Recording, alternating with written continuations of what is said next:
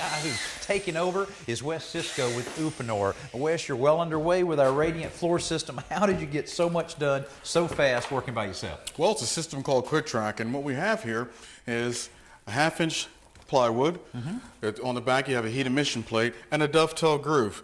This right here allows for our tubing, which is 5/16 PEX tubing, to go in, okay, and conduct to the heat emission plate, allowing even distribution of heat across the floor. And it's pretty cool the way you have all of these pieces that you're showing us there. Then I see you have little circle tracks in here. So it just basically is a loop that continues, and then how does it get all of the heat in there? Right. Well, what we start off with is that we do a heat loss, and that's going to tell us how many loops it requires. In other words, how many circuits. In this case, we have 4.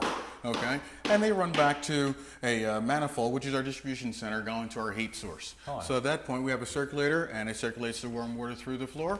And at that point, Sounds pretty simple. Now, we're planning on putting a 3/8-inch pre-finished hardwood on there. How do you keep it from expanding and contracting and kind of separating the wood? that's perfect. The application that you're going to have there, you won't have any problems with expansion or contraction because that's going to be more of a moisture issue. We're doing is just warming the wood, okay? And there's many other applications that you can do. Now, do I understand you can also put it on a wall? Oh, of course. You're going to do a quick truck about 4 feet up, a little wainscoting. Now you have a nice, warm, cozy cocoon that you're in.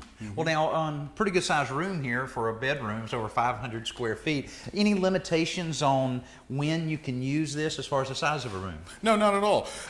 Basically, what you're going to have to do is a heat loss. If the numbers work, the possibilities are endless. Man, I can't wait to see this thing in place.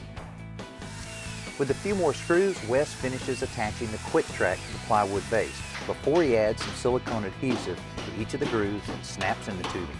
All of these tubes come together in a manifold, which is then connected to an ordinary water heater. The system is a closed loop, so you don't end up with any stale drinking water, but otherwise you can use whatever hot water source makes the most economic sense.